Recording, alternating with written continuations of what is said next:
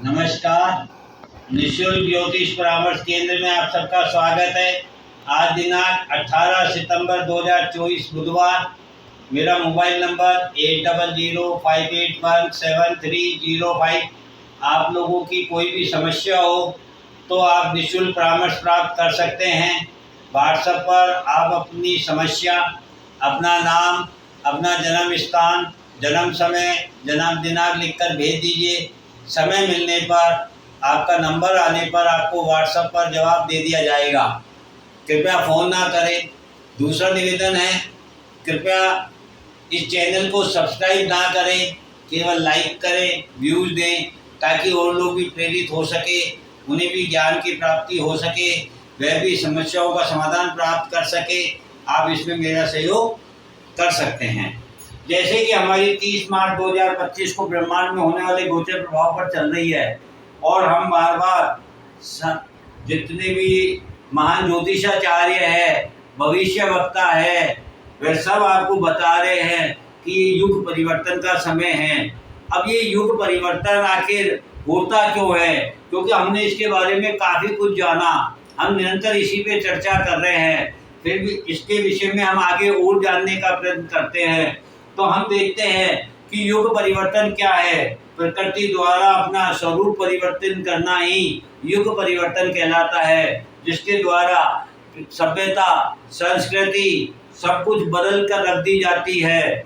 ठीक इसी प्रकार से यदि हम इसके बारे में जानने और समझने का प्रयत्न करें तो हम देखेंगे कि ये प्रकृति द्वारा जो परिवर्तन किया जाता है, जिसे हम युग परिवर्तन की संज्ञा देते हैं, यह हमारी गलतियों का परिणाम है।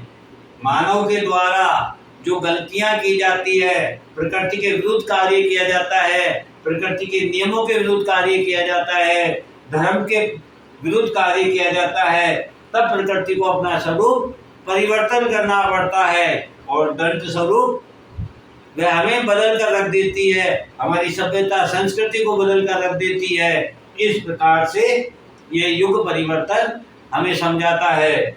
यदि हम इसको जानना चाहें तो हम देखेंगे कि इतिहास गवाह इस बात का कि शिशुपाल को 99 गलतियों का समाधान मिला था, लेकिन वह गलतियां निरंतर गति से करता गया। उसे मृत्यु का जरा भी भय नहीं था, और अंत में 100वीं गलती होते ही उसे इसकी सजा मिली और उसको इस जीवन से मुक्त होना पड़ा। ठीक इसी प्रकार से प्रकृति भी हमें हमारी 99 गलतियों तक क्षमा करती रहती है, किंतु हम उन गलतियों से कुछ सीखते नहीं हैं और प्रकृति के साथ जुड़ नहीं पाते हैं। प्रकृति के विरुद्ध कार्य करते रहते हैं, नियमों के विरुद्ध कार्य करते रहते हैं, धर्म के विरुद्ध कार्य करते रहते हैं, और यही कारण है कि जब 99 गलतियों का समाधान समाप्त हो जाता है और उसके तत्पश्चात 100वीं गलती होते ही प्रकृति अपना स्वरूप परिवर्तित करती है और हमें दंडित करती है। इसी को युग परिवर्तन कहते हैं। तो इस प्रकार से हम शिशुपाल के द्वारा भी, इतिहास के द्वारा भी जान सकते हैं। अर्थात जो कुछ भी हम जानते हैं या जानने का प्रयत्न करते हैं, उसका कोई बेस होता है, और वह बेस मूल में है, जड़ में है, रूट्स में है, और उसे ही केतु कहते हैं। और ब्रह्मांड में जो 30 मार्च 2025 को गोचर प्रभाव होने जा रहा है, उसमें 8 ग्रहों की दृष्टि केतु पर ही है। इसीलिए केतु का मूल स्वरूप है, जिसे हमें जानना और समझना होगा। इसीलिए हम केतु के बारे में इतनी विस्तार से चर्चा कर रहे हैं और उसे जानने का, समझने का प्रयत्न कर रहे हैं। आप भी अपने कुंडली में केतु को देख करके ये जान सकते हैं कि आपको किस प्रकार का अपना स्वरूप परिवर्तित करना है और प्रकृति के साथ जुड़ना है, ताकि ये गोचर प्रभाव आपको प्रभावित करे तो शुभ तरीके से करे, अशुभ तरीके से ना करे। आपको इसका अच्छा योग प्राप्त हो, दुष्प्रभाव प्राप्त ना हो, ये हमें समझना होगा। क्योंकि केतु जो है वह यदि आपकी मूल है, जड़ है, तो राहु जो है वह आपका भविष्य है।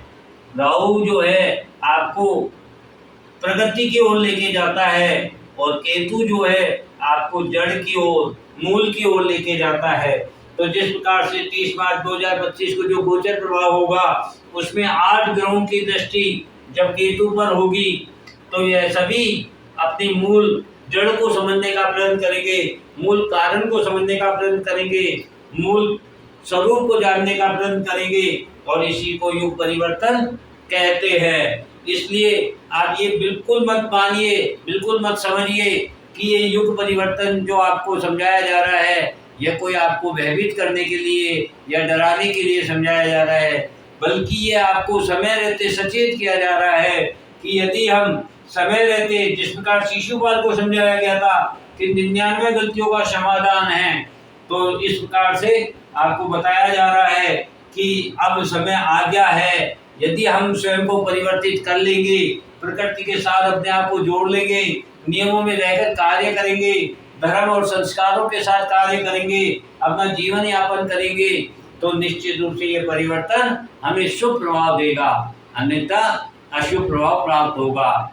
मेरा आपसे यही निवेदन है कि इसे डराने और भयभीत करने वाला अध्याय न मानकर सचेत होने का अध्याय माने, आगे इसके स्वरूप को समझने का प्रयत्न करें, स्वयं को सुधारने का प्रयत्न करें और एक अच्छा स्वरूप प्राप्त करें।